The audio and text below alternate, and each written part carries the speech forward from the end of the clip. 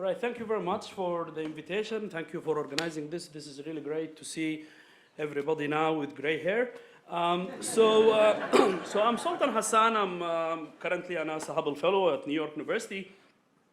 And I will just take you through this big dream of mine that started here in NASSP. So let's get started. So of course, I think the first thing that I have been thinking about NASSP, why NASSP is really interesting and what really made, and I think it's just the fact that taking a chance, right? So I remember myself when I came from Sudan. I'm originally from Sudan. When I came from Sudan, I struggled actually to speak English.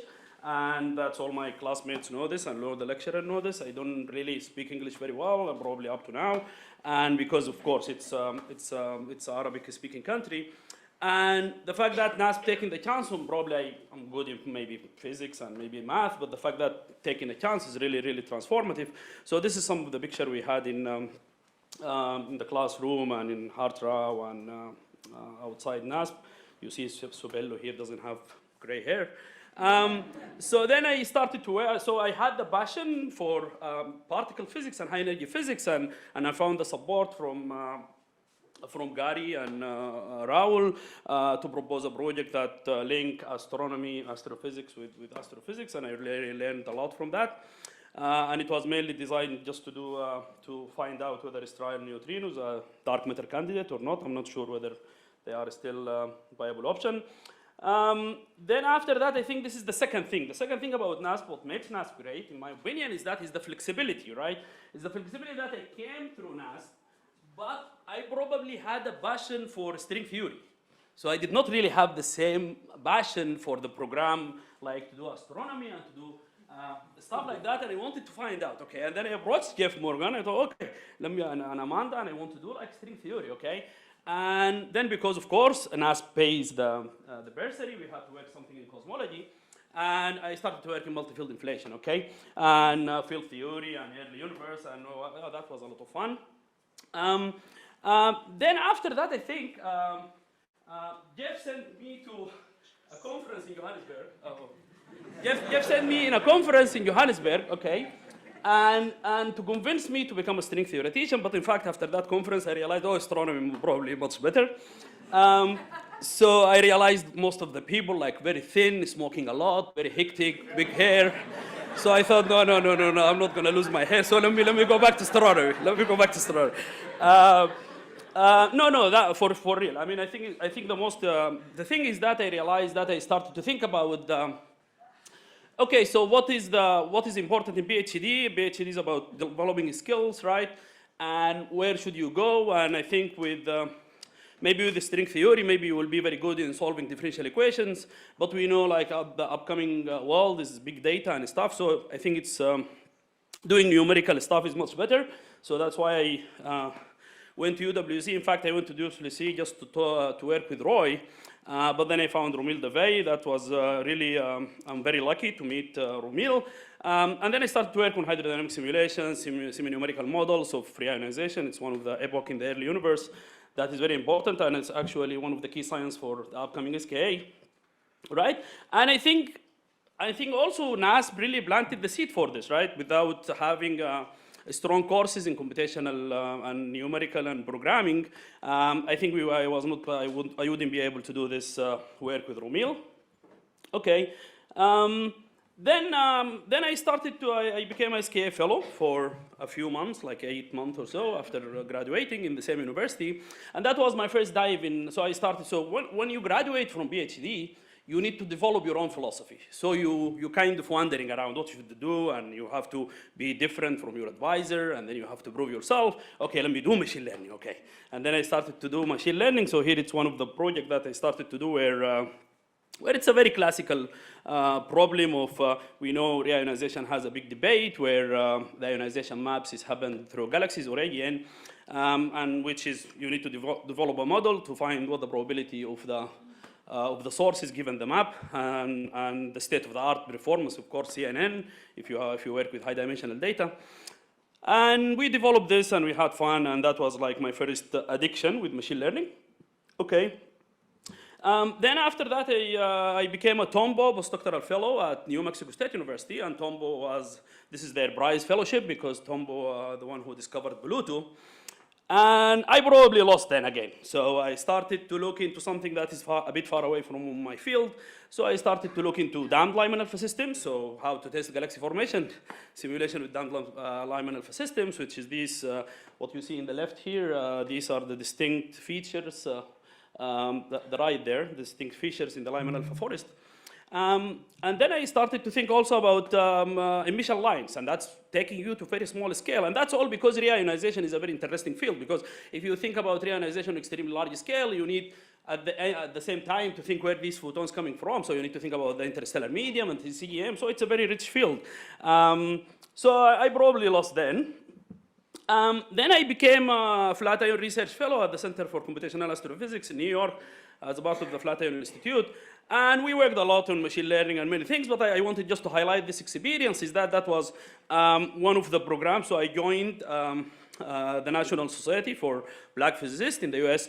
And this is one of the programs that is joined with Simon Foundation. And the basic idea for this program is to bring underrepresented minorities from different undergrad, and to set them up with different postdocs, and they get research experience, and so probably to maximize their chances to get nice letter of references, and during summer. And this is in the left here, this is my picture with the group, and after the program, you see I lost my hair. So, so I'm here with my student. He's from Ethiopia, Aaron, and with the president of Simon Foundation, David Spergel. And that was a really enriching experience.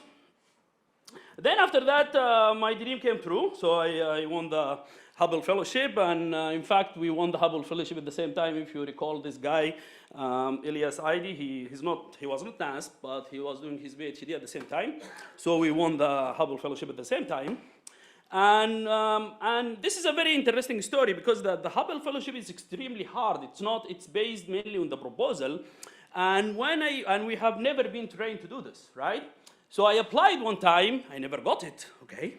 Then after that, what helped me really to do this is actually all the action about diversity and inclusivity. So by 2022, we had the unfortunate death and passing away of George Floyd in the United States.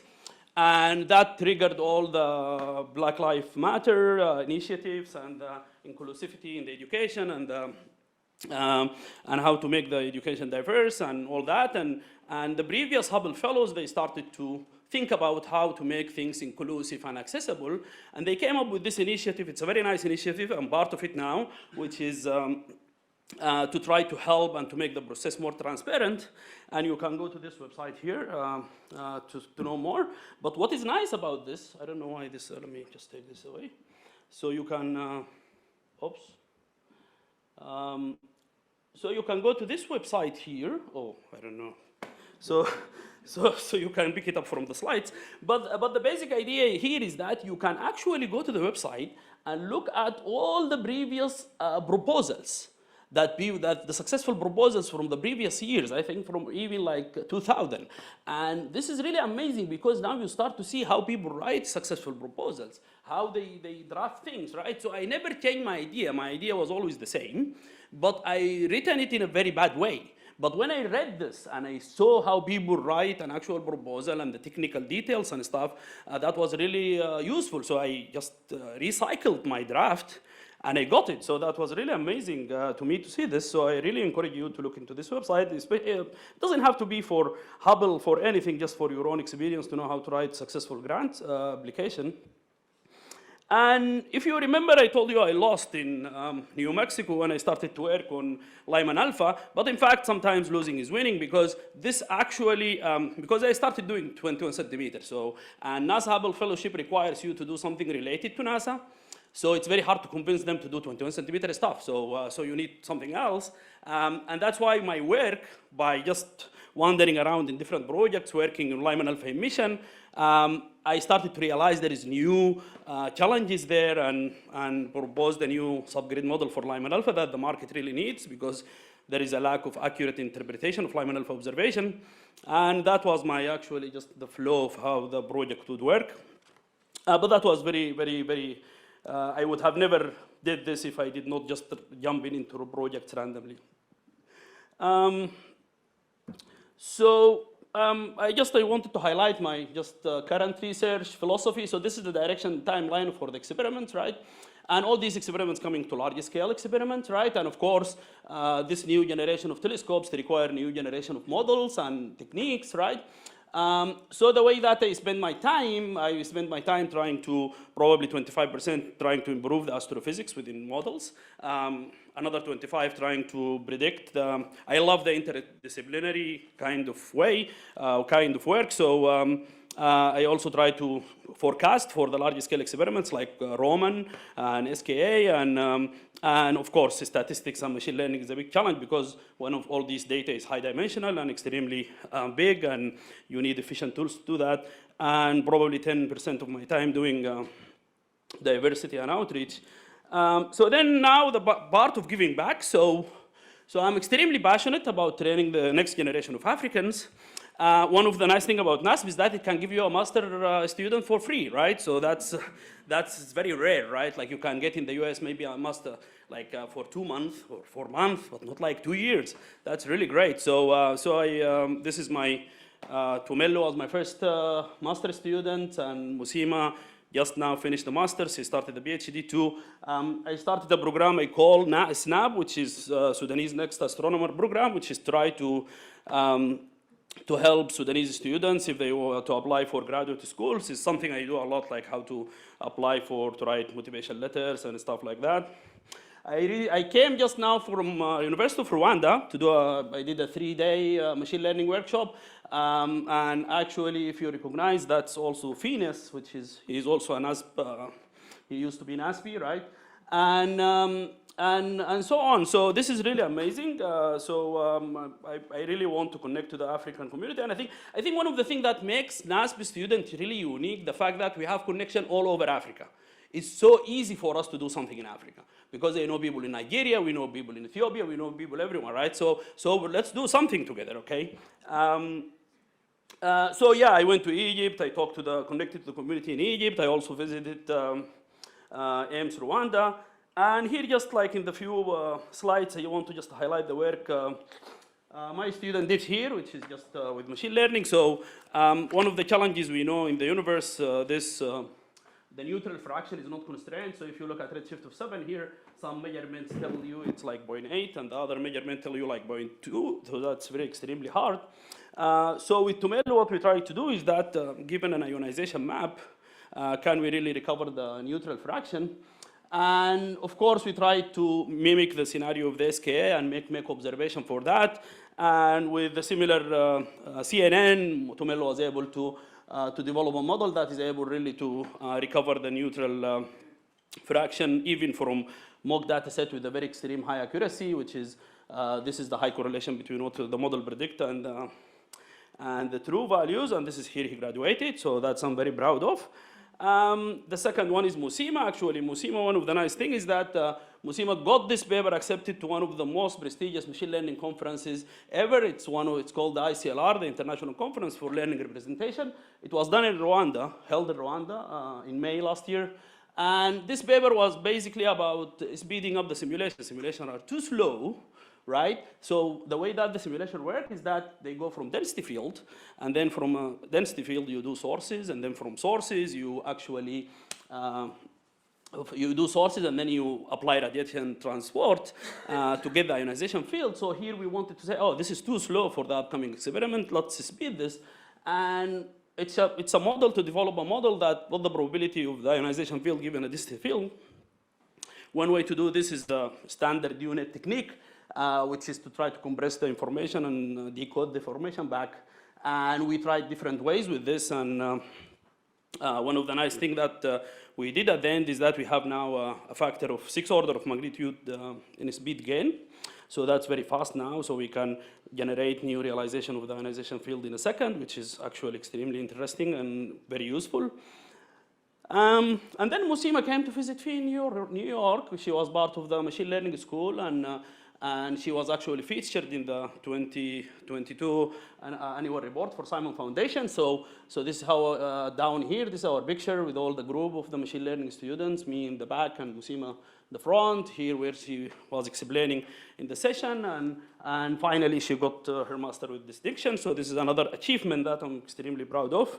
And all these beautiful stories just support the fact that NASSP is a really great program and really make all these beautiful story real. And the last thing is that actually it's also built collaboration. So this is the last thing I wanted to say is that I met Sam Batra in the honors, right? And then after that we went separate ways for different things, and now we back from 2022 we started to share the same love of machine learning and the addiction, and from 2022 up to now we have up to 80 papers, all of them in most of prestigious machine learning conferences, either for ICML or ISLR or NeurOps. So it's really great to be connected to such dedication for work and collaboration that you can only find through NASSP. So that's really great, and he's an expert in machine learning. You should talk to him.